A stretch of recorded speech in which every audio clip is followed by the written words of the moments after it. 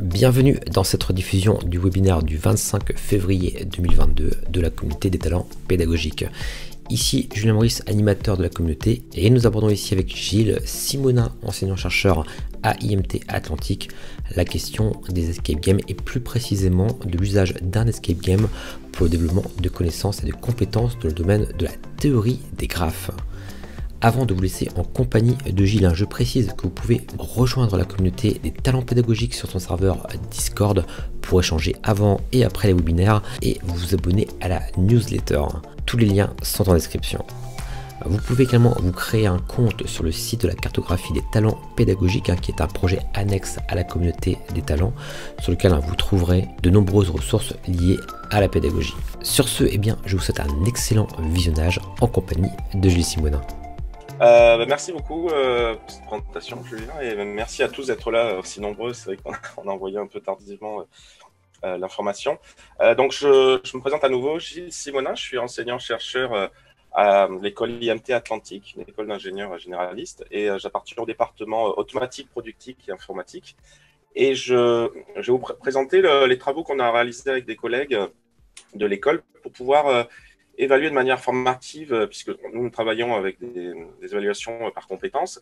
Donc, l'idée était de donner la chance aux étudiants de pouvoir tester où est-ce qu'ils en étaient sur des notions de théorie des graphes et surtout d'algorithmique des graphes en utilisant un jeu. Et donc, ce jeu, c'est l'Escape Game.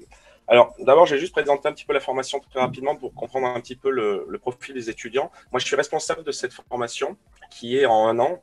Et c'est durant soit la 2e année, soit la 3e année de l'école d'ingénieur. Alors, les profils, c'est les étudiants qui sont intéressés par les domaines du génie industriel, des services et à la rencontre avec l'informatique. C'est-à-dire que ce qu'on cherche derrière, c'est une approche scientifique et technique sur des problèmes et de chercher à faire de la modélisation de ces problèmes et après d'utiliser la modélisation, de l'analyse, de la décision, des algorithmes ou des méthodologies qui existent pour pouvoir résoudre ou répondre au mieux à un besoin. Donc, pour ça, il faut connaître beaucoup des aspects très particuliers de ces métiers, donc que ce soit service, production ou par exemple la supply chain, la chaîne logistique, très importante dans le système industriel. Et ce qu'on va faire à chaque fois, c'est qu'on va essayer, comme je disais, d'optimiser, puisque c'est le cœur de la formation, les processus ou la qualité du service qui est proposé.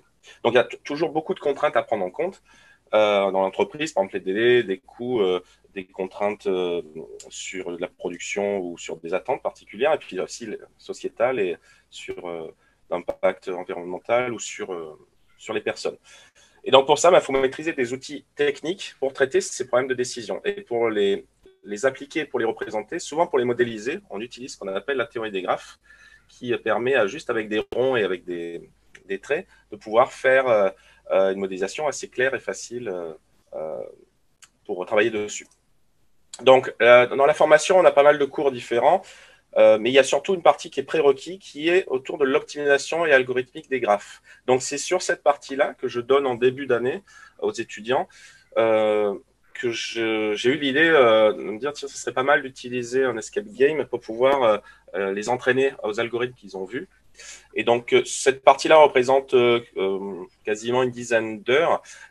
Donc, c'était au début de l'année et je les ai revus après en janvier pour pouvoir leur faire passer cet escape game pour voir où est-ce que vous en êtes par rapport à ces prérequis. Dont on va utiliser pas mal de ces connaissances qui vont être utiles durant les UE cœur que nous avons pour le premier semestre ou au 2e semestre, par exemple, en transport. C'est une UE qui a besoin de tout ce qui est algorithme des graphes sur la représentation des transports de véhicules. Donc, c'était important de savoir où est-ce qu'ils en étaient à mi-parcours.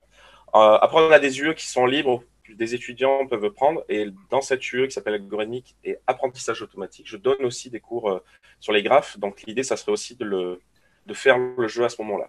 Donc, pour le moment, tout ce qui a été fait, c'est faire l'escape game pour ce prérequis. Mais dans l'idée, on est en train déjà de le repréparer là, pour le 2e semestre, pour d'autres formations, mais j'en parlerai après. Donc voilà, donc ça c'était juste pour dire le contexte par rapport à l'enseignement que nous donnons.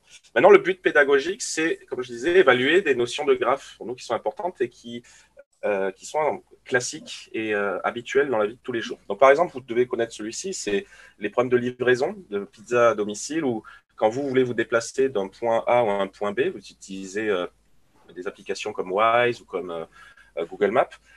c'est ce qu'on appelle les problèmes de plus court chemin ou des problèmes de tournée quand, par exemple, c'est un service de maintenance de gaz, il y a plusieurs clients, on part d'un dépôt et puis on va faire une tournée et on essaie de minimiser notre temps. Donc, ces problèmes-là sont des problèmes de la vie de tous les jours. Et l'idée, c'est que les étudiants voient un algorithme ou deux qui sont classiques depuis la moitié du XXe siècle, alors plus autour des années 50, fin 50, début 60, pour résoudre justement la recherche du chemin le plus court ou le plus rapide selon la pondération qu'on met sur chaque arc qu'on va prendre ou chaque arête, c'est-à-dire c'est les lignes qu'on va utiliser. Un autre problème classique, c'est les problèmes de gestion de projet. Alors des fois, on peut faire un lien avec les problèmes de Gantt, quand vous allez avoir des projets avec des précédences entre vos différentes tâches. Là, par exemple, sur l'exemple qu'ils avaient les étudiants, ils vont avoir des maisons à construire. Si la maison est construite, bien entendu, on va devoir faire certaines tâches avant d'autres. On ne peut pas mettre la toiture si la charpente n'a pas encore été mise. Donc pour ça, on utilise des graphes, comme on le voit ici à droite, pour représenter les précédences entre chaque tâche. On a une certaine durée et on sait qu'on ne peut pas la faire tant que ses prédécesseurs ne sont pas réalisés. Donc ça, c'est deux des gros problèmes qu'ils vont voir en cours et qu'ils vont après utiliser lors du jeu. Puis un autre problème encore, ça serait l'arbre couvrant de poids minimum. Ça, c'est un graphe. On voit des petits poids sur les arêtes. Vous avez les sommets, c'est donc les ronds. Et l'idée, c'est de sélectionner les arêtes avec un poids minimum. Enfin, la somme globale doit être minimum, tel que tous les sommets sont tous connectés. Et on va minimiser cette somme. Ça, c'est des problèmes, par exemple, quand vous voulez... alors, prenons une mairie qui veut faire des travaux pour faire des connexions par des métros. Donc, on va creuser des nouvelles lignes. Comment est-ce qu'on va connecter tout le monde au moindre coût? Et donc, le moindre coût, ça va être intéressant de se dire, je vais peut-être pas faire de 3 vers 5, même si ça coûte 6. Je vais plutôt faire de 3 vers 2 à 5 et de 2 vers 5. Comme ça, tout le monde va être connecté, mais au coût total, ça sera moins lourd. Donc, c'est tous les problèmes de connexion où tout le monde doit être connecté. Donc, ça aussi, c'est des problèmes de tous les jours. Les étudiants voient ce genre d'algorithmes qui ne sont pas trop compliqués. Et ils doivent apprendre à le dérouler à la main, c'est-à-dire qu'ils savent le dessiner, ils savent après trouver la solution en suivant l'algorithme simplement. Enfin, dernier point sur le but pédagogique de ce qu'on évalue, c'est les problèmes de logique de tous les jours qui peuvent être après réutilisés sur des problèmes d'optimisation, de recherche opérationnelle. Donc voilà, par exemple, c'est des petits jeux, vous avez déjà dû voir en problème logique. Imaginez, voilà, il s'appelle Monsieur Futé, c'est quelqu'un qui va fermer à clé toutes les portes de sa maison, en traversant à chaque fois chacune d'elles, donc les petits passages, c'est des portes, et à chaque fois qu'il a passé, il la reverrouille derrière. Et il n'a pas le droit de rouvrir une porte qu'il a déjà passée. Et la question, c'est, comme il dort avec son trousseau de clés, où est-ce qu'il dort? Et donc, ce qui se cache derrière ce genre de petits problèmes, c'est bien entendu, c'est un peu comme le problème de la maison quand on dessine à la main une maison sans soulever le crayon, c'est qu'on essaie de chercher un chemin qui va passer par toutes les portes et qui ne passe une seule fois par chaque porte. Donc derrière, c'est un problème de modélisation. Donc c'est ça qu'on évalue chez ces étudiants. C'est comment modéliser un problème où on peut avoir un plan comme ça, mais on va passer vers une représentation abstraite utilisant des sommets et des arêtes. Et à partir de ce plan-là, donc I, ça représente l'extérieur, là, puisqu'il faut aussi représenter toutes les notions, on va s'intéresser à, par exemple, là, il y a deux sommets qui sont de degré impair, et les étudiants voient avec le théorème du mathématicien Euler, c'était le premier qui a vraiment défini les graphes, qui a mené les premiers problèmes de graphes. Il nous a donné un théorème avec des propriétés qui permettent de savoir qu'automatiquement, c'est soit depuis A, soit depuis I qu'il est parti et où il est arrivé. C'est les extrémités de ce chemin qu'on cherche. Et donc, il ne peut pas dormir dehors, donc ils savent que ça va être A, le sommet. Donc, c'est par ce genre de petits problèmes logiques qu'on arrive à faire une modélisation. Et après, derrière, on va utiliser des résultats qui existent de nos cours pour pouvoir obtenir une réponse. Comme nous, à chaque fois, on peut mettre ce qu'on veut sur les sommets, on peut mettre des valeurs, des lettres ou d'autres informations. Ça va nous permettre de voir rapidement qu'il peut y avoir une idée de code ou une idée d'information de lettres qu'il faut trouver. Donc, ça s'y prête énormément à faire du jeu, ce genre de problème.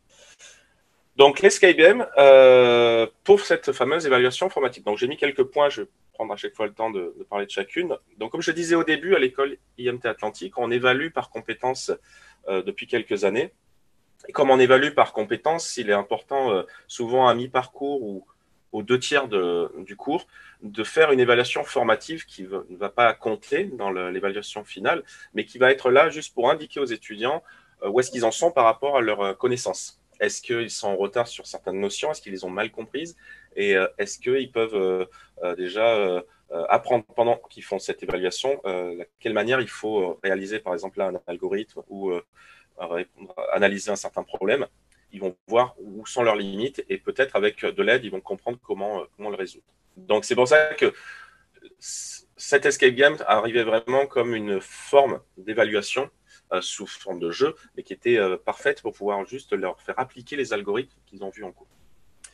Pour donc les thématiques, comme je disais, qui sont étudiées, comme elles reposent sur des cas d'application de la vie de tous les jours, de la vie quotidienne, et aussi sur des problèmes de logique classique, ça s'y prête énormément aussi pour créer un univers, pour créer une ambiance, à se dire on est vraiment dans un vrai escape game comme ceux qu'on va faire dans des lieux en ville, avec bien plus de moyens et un environnement qui est vraiment propre, mais dans l'idée où on se dit on peut vraiment raconter une histoire à l'intérieur et pas juste, voilà, il y a des algos à appliquer, on est sur un ordi et puis c'est tout. Non, non, là, il y a vraiment un côté, on leur met une pression, on leur dit, il y a un contexte, on est dans les années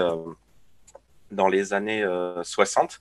Le mur de Berlin est en train d'être construit et du coup, il y a beaucoup de scientifiques qui sont en train de partir à l'ouest et donc on veut récupérer des documents. Et donc on leur met un peu ce contexte de il faut absolument vous récupérer les documents, mais ce chercheur nous a laissé quelques indices en disant seul vous pourrez peut-être trouver les documents qui sont cachés suite à quelques problèmes de logique. Et donc ils ont ce timing, ils ont cette pression et ils savent qu'ils doivent essayer d'arriver au bout le plus rapidement possible tout en utilisant ces algorithmes pour résoudre ces petits casse-têtes. Donc voilà pour l'ensemble. Alors, l'envie qui est pédagogique est derrière, c'est surtout que moi, c'est toujours une approche que j'aime bien faire dans mes cours. C'est lier l'apprentissage à chaque fois avec de l'amusement, on va dire un détachement sur le côté trop sérieux pour mieux le comprendre, parce qu'on apprend toujours bien mieux si on est investi et on peut s'investir de manière plus amusée, de manière aussi compétitive. Dès qu'on met de la compétition, les étudiants sont toujours preneurs de pouvoir se comparer aux autres. Et bien sûr, d'avoir aussi un jeu collaboratif pour évaluer aussi comment ils font pour travailler ensemble. Enfin, dernier point sur ce slide pour l'idée de l'escape game. Donc, je l'ai eu dans ma tête un peu seul, mais c'est surtout après, je suis allé voir des collègues, donc, Céline Grousson, avec qui j'ai beaucoup travaillé sur la réflexion, sur quels outils utiliser, sur ce qui existait. Donc, elle appartient au Carré, dont Julien aussi, Maurice appartient, et qui nous aide énormément sur toute la partie pédagogique et ressources numériques. Il y a Kevin Tressier aussi du Carré qui m'a aidé sur Geniali et sur un écran tactile qu'on avait. Et enfin, mes deux collègues, Audrey Derrien et Philippe David, qui appartiennent à deux équipes différentes. Donc moi, je fais partie de l'équipe Task avec Philippe, mais Audrey est une autre équipe et ensemble, on a monté cet escape game et surtout, on l'a évalué. Parce que seul, bien sûr, c'est assez compliqué. Donc, il faut avoir une équipe derrière. Juste à 3, c'est passé, mais c'est vrai que c'est toujours assez de pression. Donc, je les remercie grandement. Et c'était important d'avoir cette collaboration entre différentes équipes et les équipes pédagogiques. Donc, comme je vous expliquais, l'univers où les joueurs, les étudiants qui sont nos agents, réalisent vraiment une vraie mission. Ils sont vraiment dans cette ambiance. On a un texte au début qui leur est expliqué. Puis après, ils ont un timing. Alors, nous, on avait un peu trop d'étudiants et pas assez de temps, donc on a mis 45 minutes. Mais clairement, je crois qu'on a créé un escape game qui devrait être fait entre 45 minutes et 1 heure, puisqu'il y a une seule équipe qui a réussi à le faire avant les 45 minutes. Mais je pense entre 50 et 55 minutes, certaines équipes auraient pu peut-être finir dans les temps. Alors, on a différents types de boîtes, des coffres, des zones différentes aussi. Il y a 2 zones de jeu. Ce n'est pas que dans une salle. En fait, la salle, on l'a transformée pour pouvoir mettre une chaîne et créer 2 zones de jeu qui est débloquée quand on a réussi à résoudre certains problèmes.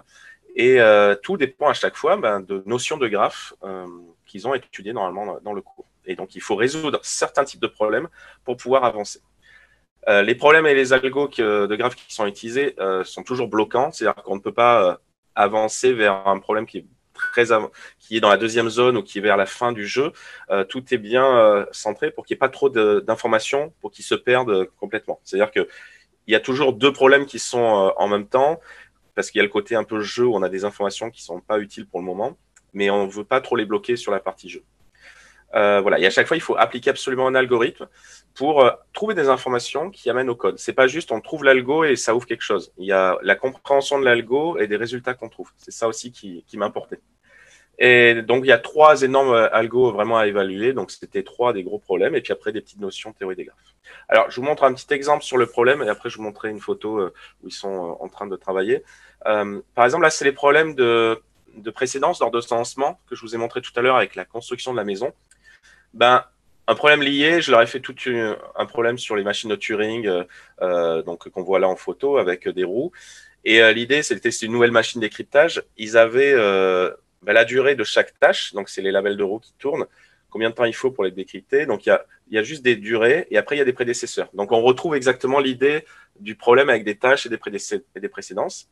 Ils avaient 3 papiers différents avec des informations manquantes et l'idée était de compléter le tableau pour avoir des valeurs et les lettres de partout. Et grâce à ces tableaux complétés, ils pouvaient réaliser le problème. Ensuite, ils avaient des petits bouts de papier plastifiés qui étaient les indices. Donc ici, vous en avez un. Et là, il y a un petit pointillé, c'était pour la découpe. Il y en a un deuxième où je mettais en rouge certains points importants, mais surtout où je leur disais, voilà un petit peu le problème qui serait derrière, mais tout en racontant l'histoire. Par exemple, là, le professeur qui s'est échappé expliquait, voilà, un ami anglais avait créé une nouvelle machine de décryptage. On reste dans l'univers. Tout était tourné toujours dans l'histoire des années 60 et qu'il fallait trouver ce problème-là. Par exemple, il y avait un problème aussi avec l'université de Cambridge, là où le professeur était allé, et donc il y avait un plan de l'université et comment en fait il fallait trouver à quel endroit les gens faisaient du nettoyage. C'est le problème de l'heure que j'ai présenté tout à l'heure. Donc tout est toujours tourné dans l'univers. Et donc là, par exemple, je leur dis, les roues sont critiques, qui sont critiques sont la première clé. Quand on fait ce genre de problème, on trouve une valeur finale, c'est à quelle date le projet se finit plus tôt. Et ensuite, quel est le chemin qui est critique, c'est-à-dire les tâches qui sont les plus importantes. Et comme je les mets en rouge, c'était un peu les tâches qu'il faut trouver pour les lettres. Et puis après, on va avoir un décalage à la romaine, c'est le code César où on décale les lettres de l'alphabet. Et la clé, c'était la durée qui avait été expliquée ailleurs. Donc en fait, pas mal de petits papiers avec des codes couleurs ici bleus vont permettre de savoir qu'est-ce qu'il faut faire. Donc voilà une photo où les étudiants sont en train de travailler. On voit vers cet endroit ici sur ce tableau qu'ils sont en train de faire la résolution du problème des précédences. Ça, c'est un tableau central où on avait mis des informations pour eux avec plein de petits schémas qui donnent des indications. Il y a 21 tickets de train à trouver. Là, petit carré bleu, il y a des codes de valeurs en face des lettres. Et voilà, il y a un autre graphe. Et on écrivait 2-3 infos pour pouvoir les aider. Autre point, donc, il y avait 2 observateurs, parce qu'il faut quand même évaluer ce travail-là. Donc, pour l'évaluation, on était 3 avec Philippe et Audrey. Et l'idée, c'est qu'il y en avait un qui était à chaque fois le responsable du groupe. Donc, on était un peu à 2 à 3, des fois dans la zone, souvent 2, juste pour le suivre ensemble et parce qu'on était intéressés, parce que c'était la première fois qu'on le jouait. Donc, on est présent dans une zone qui est interdite pour les joueurs, mais on est quand même présent avec eux et on leur donne des indications en les appelant agents, comme dans des jeux d'escape game. On analyse le travail collaboratif et les réflexions qui sont faites par les étudiants en les écoutant. On note sur une grille de notation.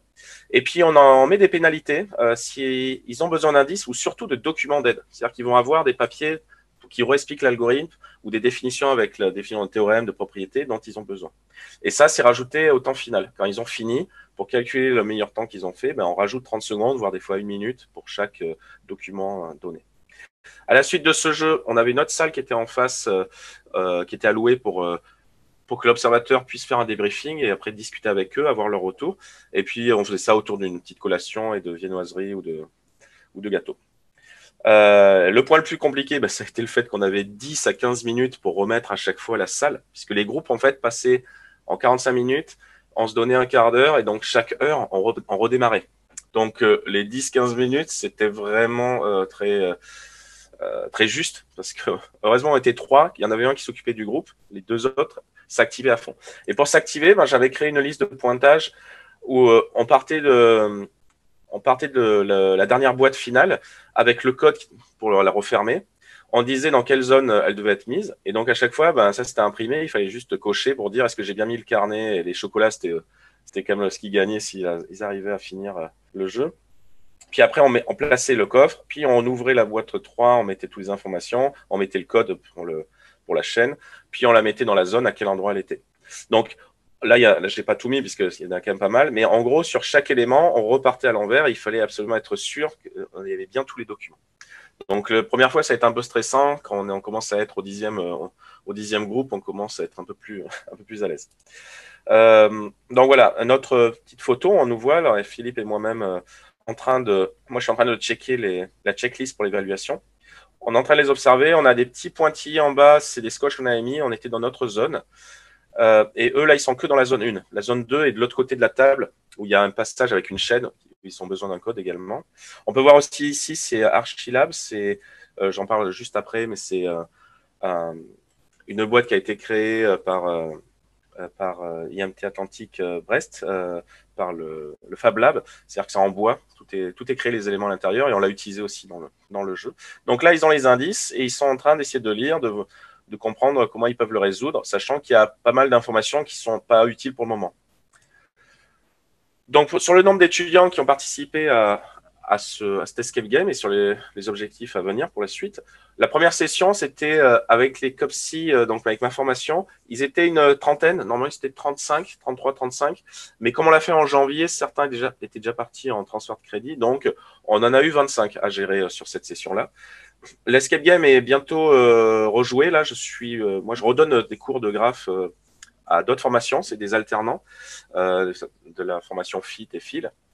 Et eux aussi, ben, ils vont devoir apprendre et évaluer leurs connaissances sur ces notions de théorie des graphes et d'algorithmique des graphes. Et là, ben, j'aurai 25 étudiants pour les FIT et 31 pour les FIL. Et on va aussi leur faire passer cet escape game pour faire de l'évaluation formative. À la rentrée 2022, il y a un autre cours, c'était les fameuses UE libres dont je parlais au début. Là, il y en a une autre où je pourrais avoir c'est souvent entre les 16 à 18 étudiants. Ils pourront bénéficier de cet escape game. Et puis, mais comme si, souvent, ils sont autour de 35. Donc, si je fais l'escape game avant le transfert de crédit, on voit que si je remplace le 25 par 35, plus les 25, 31 et 16, on est à 100 étudiants par an qui pourraient bénéficier de ce jeu pour pouvoir les évaluer. En fait, tout ce qui est théorie des graphes, je crois que je dois être la personne qui donne les cours sur ces notions un peu partout dans toutes les formations. Donc, ça fait pas mal d'étudiants et ça peut être intéressant voilà, de le perfectionner pour pouvoir leur présenter ça. Voilà, je vais enfin finir. Sur les retours des étudiants, les attentes ont été clairement dépassées. On ne pensait pas que ça marcherait aussi bien, qu'il y aurait un retour aussi positif de leur part. Il y a eu un gros succès. Ils étaient vraiment étonnés pour la plupart. Ils n'avaient jamais fait d'escape game, donc c'était aussi un vrai plaisir. Mais ils ne pensaient pas que ça serait un vrai escape game où on cherche, on fouille pour trouver les indices parce qu'on a caché les éléments dans la salle, enfin dans les deux demi-salles, puisque à chaque fois il faut qu'ils avancent. Et qu'il y ait vraiment des codes, qu'il y ait une réflexion, que ça soit pas juste on applique un algo, on code et puis c'est terminé. Non, il y avait par exemple là, sur une photo d'après, je vous montrerai, il y a des tickets de train, il fallait trouver le chemin avec les bonnes dates pour savoir quand est-ce qu'on arrive dans une gare et on repart. Ça, c'est des problèmes de logique d'escape game. Ça n'a rien à voir avec les graphes, mais c'était bien de mettre ça à l'intérieur du jeu. Donc une grosse surprise pour eux, et surtout sur la qualité. Ils pensaient que ça serait un peu plus cheap, et donc c'était le bon point. Les étudiants, donc suite à cet escape game qu'on faisait le débrief, ils ont donc bien sûr vu souvent qu'ils avaient un manque de savoir sur certaines notions. Heureusement qu'ils étaient en groupe, certains lidaient plus sur la connaissance des algorithmes ou sur les problèmes à utiliser. Par contre, ce qui était intéressant, c'est qu'ils nous ont expliqué qu'ils ont appris à utiliser l'algorithme pendant le jeu. Ils ont mieux compris parce que d'un coup, ils sont investis par le jeu et là, ils ont discuté entre eux et celui qui lidait expliquait presque aux autres. Et donc, on voyait qu'à la sortie du jeu, certains avaient mieux compris ou ils découvraient mieux comment ça marchait parce qu'ils n'avaient pas trop suivi, par exemple, un certain algorithme. Donc, il n'y a pas eu trop de frustration. On donnait les indications lorsqu'ils étaient trop bloqués ou avant qu'ils soient, peut-être parce qu'on avait un peu peur du temps. Il fallait qu'ils puissent avancer aussi rapidement. Peut-être même des fois un peu trop. On s'est un peu calé au mieux. Mais voilà, ils étaient contents. Il n'y en a pas qui ont dit vraiment c'était insupportable qu'il n'y ait pas assez d'indices ou trop. Donc, on a plutôt bien géré. Mais c'est toujours un des points critiques, la frustration des joueurs sur l'escape game. Voilà, et après, je finirai avec la variété des outils à manipuler. Donc, il y avait un écran tactile dans la salle. C'est une salle, d'ailleurs, qui est à l'école, qui est proposée pour faire du numérique et de l'interaction sur des projets avec les étudiants. Donc, c'est pour ça qu'il y a pas mal de tableaux particuliers, transparents. On va avoir un écran tactile, il y a des canapés qui sont dans cette salle. C'est un espace de travail, de collaboration. Donc, c'était la salle parfaite pour ça. Sur l'écran tactile, j'ai utilisé le logiciel Genially, que Julien a utilisé, je crois, pendant sa présentation juste au début, qui est sympa parce qu'on peut faire des petits jeux d'escape game, justement, que j'ai pu créer là-dessus. Donc, j'ai utilisé la boîte construction Archilab que je vous ai expliqué juste avant, qui a été créée par IMT Atlantique, et qui permettait d'avoir des petits morceaux de bois pour construire un peu un décor. Et ça faisait un petit labyrinthe, et derrière, ils pouvaient appliquer le problème d'arbres couvrants de poids minimum que je vous ai montré tout à l'heure sur le graphe avec les traits rouges qu'on va sélectionner. Donc, c'était chouette d'avoir un problème de graphe où on va avoir vraiment un objet réel. Et puis, à partir de ça, on va créer un graphe pour le représenter et après résoudre le problème. Il y avait pas mal de documents transparents. On avait tout plastifié, ce qui permettait aux étudiants de travailler avec le feutre directement dessus. Et ça, c'était un vrai plus. Les étudiants étaient contents de pouvoir ne pas réécrire tout au tableau. Et on est en train de préparer pour la deuxième version peut-être un peu plus de transparence sur d'autres documents pour essayer d'être plus efficace pour travailler dessus. Voilà, donc il y avait les tableaux disponibles, la salle était vraiment bien. Et puis il y avait pas mal d'autres outils ou du matériel, par exemple les tickets de train que je vous montrais juste après, une ficelle par exemple pour tracer des dessins, des chemins sur une carte de l'Europe, des schémas en tout genre. Voilà, on peut le voir sur cette dernière photo. Il y a des tickets de train, il faut voir à chaque fois à quelle gare on arrive et où on va. Il y avait des dates particulières, donc il y avait un petit peu un problème de puzzle à trouver. Et une fois ils avaient des chemins, ils utilisaient un algorithme pour trouver les plus courts chemins, et ben ils utilisaient une ficelle sur un plan de l'Europe, ici en bas, où en faisant le parcours avec la ficelle, ça allait dessiner des lettres, enfin des valeurs, excusez-moi, par exemple le 7, le 2 ou le 3, et c'était ce code-là qu'on recherchait. Donc voilà, donc là vous voyez les trois tableaux, et celui central, c'est celui où vous n'avez pas le droit d'écrire, qui était donné pour chaque. Voilà, j'ai fini après de présenter à peu près ce que je voulais sur l'Escape Game. Il y a pas mal de petits détails, mais on pourra en discuter sur vos questions. Et je vous remercie pour votre attention. Et voilà, c'est terminé pour la présentation globale. Alors, je précise que vous pouvez nous rejoindre en live pour participer également aux échanges qui sont en général passionnants et permettent d'aller beaucoup plus loin. Nous organisons également un after show qui permet d'échanger encore plus librement après le webinaire. N'hésitez pas pour rappel à nous rejoindre sur le serveur Discord de la communauté et à vous inscrire à la newsletter, voire sur le site de la cartographie des talents pédagogiques. Enfin, vous pouvez évidemment liker cette vidéo pour un meilleur référencement et la faire suivre via vos réseaux sociaux préférés. C'était Julien Maurice, animateur de la communauté des talents pédagogiques, et je vous dis à très bientôt pour un nouveau webinaire.